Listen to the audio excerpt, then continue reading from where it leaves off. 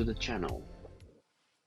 Today I thought we'll be looking at a custom Swiss Army knife that I've made, and we'll talk a little bit about some of the implements I've used here, as well as some of the implements and tools I'm planning to use in the future.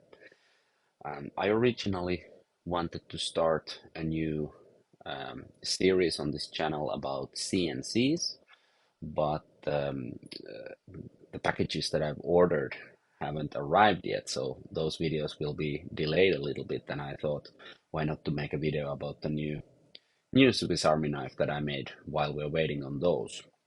And I'll touch a little bit on the CNC topic as well, because they are all related. But this is the knife. So as you can see, it's a 4-layer knife, and what I've done here is I've completely omitted the standard opening layer. So the first layer on this side is the scissors, and opposite the scissors is the parcel hook from a compact, so it includes the nail file. Next to the scissors we have the pliers, and the pliers, obviously, they are the thickest layer, so they don't have a back tool. Next to the pliers is the metal saw and file. I really like this tool. I think it's featured on way fewer knives that it deserves to be. It's great for many things. The files are very good on both sides. The saw edge here actually really excels in cutting metal, and the spine is also grinded very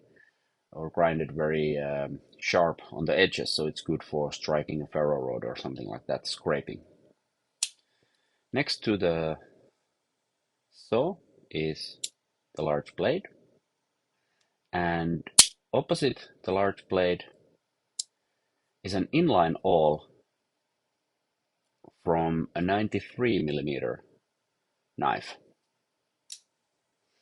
I didn't want the small blade because I think the large blade is enough for a knife like this, and the awl, I think having it inline makes it very good for scraping things and punching holes and things like that. I really like the inline awl from the 93mm.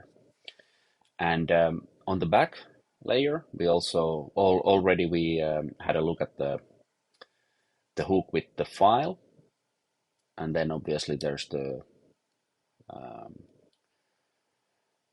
corkscrew with the small eyeglass screwdriver, and there's also a chisel. I really like this tool also. It basically acts as a small flathead, but mainly it's a chisel, and it's very sharp. This is excellent for scraping things. So this was a combination of tools that doesn't exist in the standard Victorinox lineup. I thought it was interesting mix of things. I've also used titanium scales. They're not plus scales, so they're the regular ones with the places for the tweezers and the toothpick, but they do have an engraved Victorinox logo right there. So I think that's a nice knife. I do carry it sometimes in my pocket, and I think it's a nice prototype for some of these features. What I'm also trying to do at the moment is to find a better tool for the place of the corkscrew. So typically the options you have are either the corkscrew or you have the backside Phillips. But what I'm thinking is, why not to have a place for one of these? That's a 4mm hex bit, or this is a Torx bit, but the base is the 4 millimeter hex base. And I really like this. These are what comes with the Cyber tool. Cyber tool has a set of these, but I don't like the very thick layer of the Cyber tool in all of my Swiss Army knives. So I would like to have an option for these that doesn't dominate the whole knife, doesn't act as the main function. So what I've come up with, I initially started with this.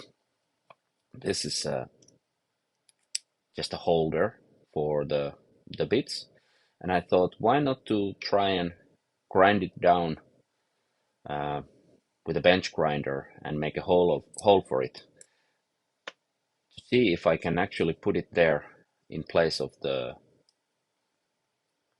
corkscrew. And the idea works. The idea definitely works. So this was a test piece that I started with. This is not obviously something that's gonna go on the knife itself. So next, I decided to design something, but I would like to either fabricate myself or have manufactured somewhere. So I used a CAD modeling software, and I came up with this. So this is holder for the 4 millimeter bits that goes in place of the screwdriver. Excuse me, the corkscrew or the Phillips screwdriver on the backside. And just to make sure the idea works, I 3D printed a model. This is, of course, not something that would go on the knife, but this is just a model to test out the dimensions of the model. So this does fit nicely, the 4 millimeter bits. The hole is in the correct position, and it fits exactly on the place here. It's the same size, so it fits there like that in place of the corkscrew, and it even fits in the place with a bit on when it's correctly there in place. So that's my plan, to have some of these done to replace the corkscrew. And this is actually what I wanted the CNC for. I went down a bit of a rabbit hole figuring out how I could manufacture something like this, and making the tool, the outside shape of the tool itself wouldn't be massively difficult, even in a home machine shop. You could use a lathe and you could use a mill to carve out the outline of this from a piece of steel. The issue comes with the hex hole in the center. And I found out there are some things called rotary broaches.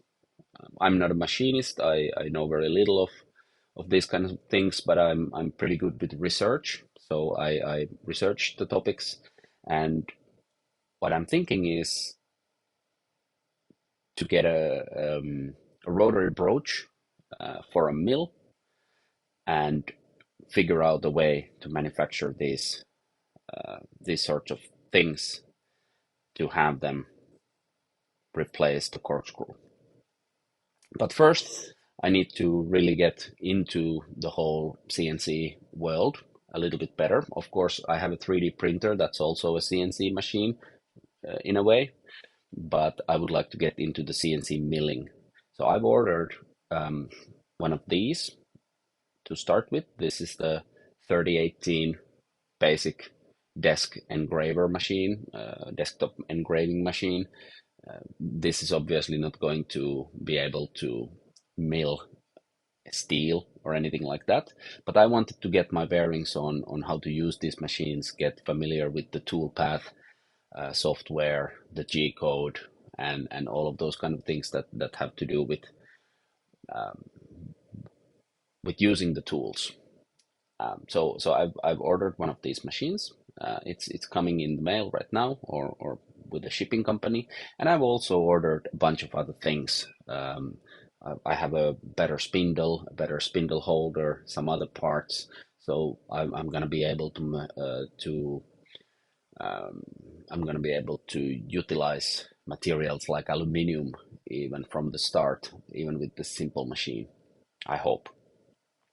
But my end goal is that I will use this machine to actually build a better machine. So I will use this machine to um, create the connecting parts um, from aluminum to fabricate a larger machine, a more sturdier, more rigid machine, where I'm gonna have a better spindle to be able to machine things like steel. So I'll be doing a series on those, and hopefully at the end of this rabbit hole, at the end of this project, my idea is to be able to fabricate this from steel, as well as any other custom tools that I really would like to have in my Swiss Army knives. So hopefully those videos will be coming soon, and we'll also be doing more videos on the custom Swiss Army knives that I create. That's it for today. Thanks a lot for watching, and I hope I see you in the next video.